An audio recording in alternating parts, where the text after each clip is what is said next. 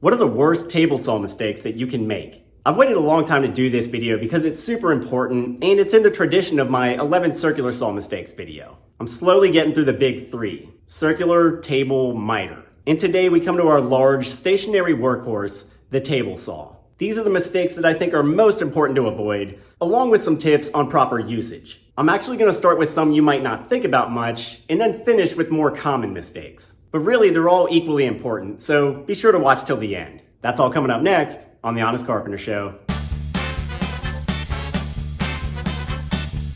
The first thing I'll say right off the bat is that I think you should always use a push stick. Many saws come with them these days, and there are numerous others on the market. I'll cover their usage soon and talk about some of my favorites. But for any rip width under a foot, you really should use a push stick. With that said, let's get into the list. Mistake number 1, twisting the board. This is a cardinal sin with any spinning blade, and it applies to table saws as well, even if people sometimes forget that. Why do they forget it? Because the table saw has a really good fence. The rip fence sits parallel to the blade and guides the board on a straight path. This limits friction on the blade, so only the frontal teeth contact the board, and they can cleanly cut a path or a curve through it. But problems can still occur if the board gets twisted away from the fence. When this happens, friction increases against the rigid blade. The motor bogs down. If friction builds up too much, the blade may bind, throwing the board back towards the operator. It's like a catapult launching, and it's very dangerous. This is why you never want to twist the board while cutting.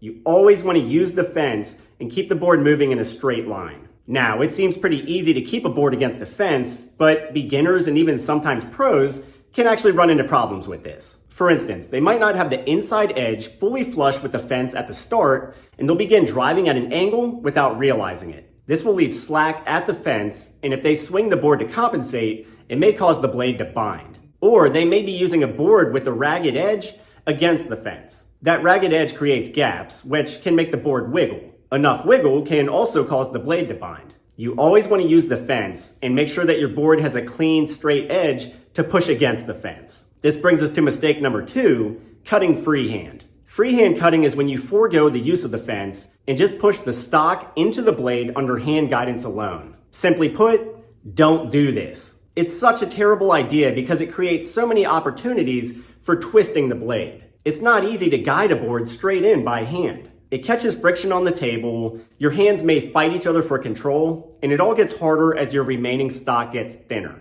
In the end, you might create a seesaw effect between your hands. The board will twist and the blade will bind. Don't freehand cut. Use the fence or a miter gauge. It makes everything about the cut cleaner, safer, and more effective. Mistake number 3, squeezing the cut. Working off the same principles we just mentioned, you also want to avoid squeezing the cut around the blade. And this is also possible even when you're using a fence. It sometimes happens because you're applying too much force with your outside hand. Beginners may try to guide their stock by pushing it forward with one hand and pushing it towards the fence really hard with the other hand. This may seem more secure to them, but really it's overcompensating. 1, your hand should never be very far forward on the saw. It should always be well on your side of the blade. And part of the reason is because it can create too much sideways pressure. As the blade passes deeper into the stock, the board loses rigidity. So too much outside pressure may squeeze the offcut onto the blade, causing it to pinch the blade and bind. So don't let your outside hand control too much. You can keep both hands pushing forward, but use only very light force from the outside hand towards the fence. The inside hand should be the dominant force,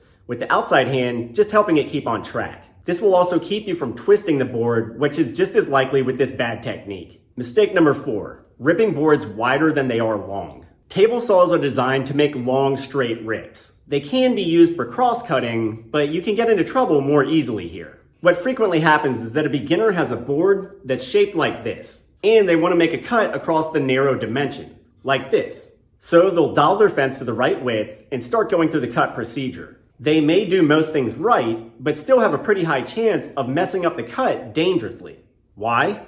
Because this sideways shape is very unstable going through a table saw. It's only supported at one end, and you'll have a hard time keeping the narrow edge pinned against the fence. The issue is mostly friction. The long offcut will act like an anchor, pulling the piece diagonally. So you overcompensate by pushing that end forward, which again is hard to regulate. You'll get that seesawing effect between the two hands. As a result, both twisting and blade squeezing are likely. It's just a very unstable way to cut on the table saw. If you're gonna cut a shape like this, maybe use a circular saw or miter saw instead. Or if you only have a table saw, make a crosscut jig for it, like this simple one my buddy Steve Ramsey made. But be wary of cutting like this on the fence. Mistake number 5, levering. This is a fairly innocent mistake, but still one to be avoided. Levering occurs when you fail to keep a board flat on the table saw while making your cut. It's very easy to do this at the start. If your piece is long or heavy, you may accidentally let the weight of the back tip the front up like a lever. You'll begin feeding it into the blade while it's off the table surface. This is dangerous because the wood might then lower suddenly onto the blade, causing a lot of friction and then kickback.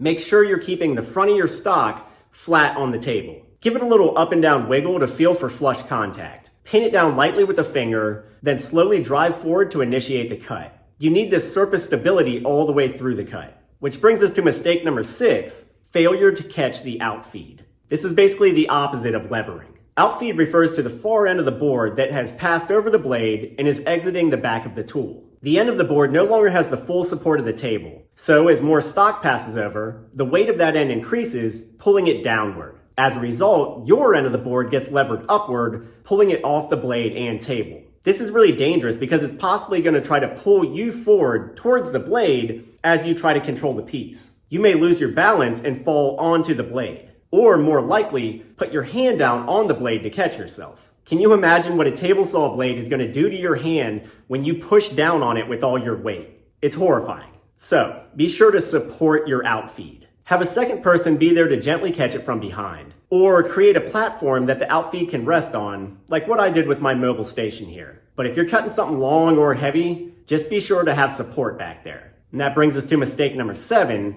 pulling small pieces from the back. That last issue tempts many people to go around to the back side of the saw and pull pieces through from that side. But this can be very dangerous. You should never grab the far side of the piece with your hand anywhere near the blade. If you get blade binding, your hand will get pulled into the blade in the blink of an eye. This is how world famous climber Tommy Caldwell lost his finger. And it almost always happens when you try to pull a really short piece from that side because your hand has to get so much closer to the blade. Now, I'll admit that pros in the field do pull from the back in certain situations, but only with very long stock and very carefully. I'll talk about it in a video soon, but it's really controversial and you should not make a habit of it, especially with smaller boards. Mistake number 8 is even worse, drop cutting. A drop cut is a cut that starts in the field of a board rather than the end. You can make drop cuts with a lot of tools. You might have seen me do it on this channel with circular saws and jigsaws. But you should never do it with a table saw. Drop cutting here will require you to do dumb things, like levering down onto the blade from the front, which I just talked about as a bad idea, or even worse, trying to lower a board onto the blade with your hands on both ends. Whichever case, the odds of getting board ejection are very high, because friction increases as you come down onto the blade. If your hand is behind it, as mentioned, it's going to get dragged forward very quickly. On top of that, it's almost impossible to see your cut mark because it's on the bottom. So guiding the board down precisely will be really hard.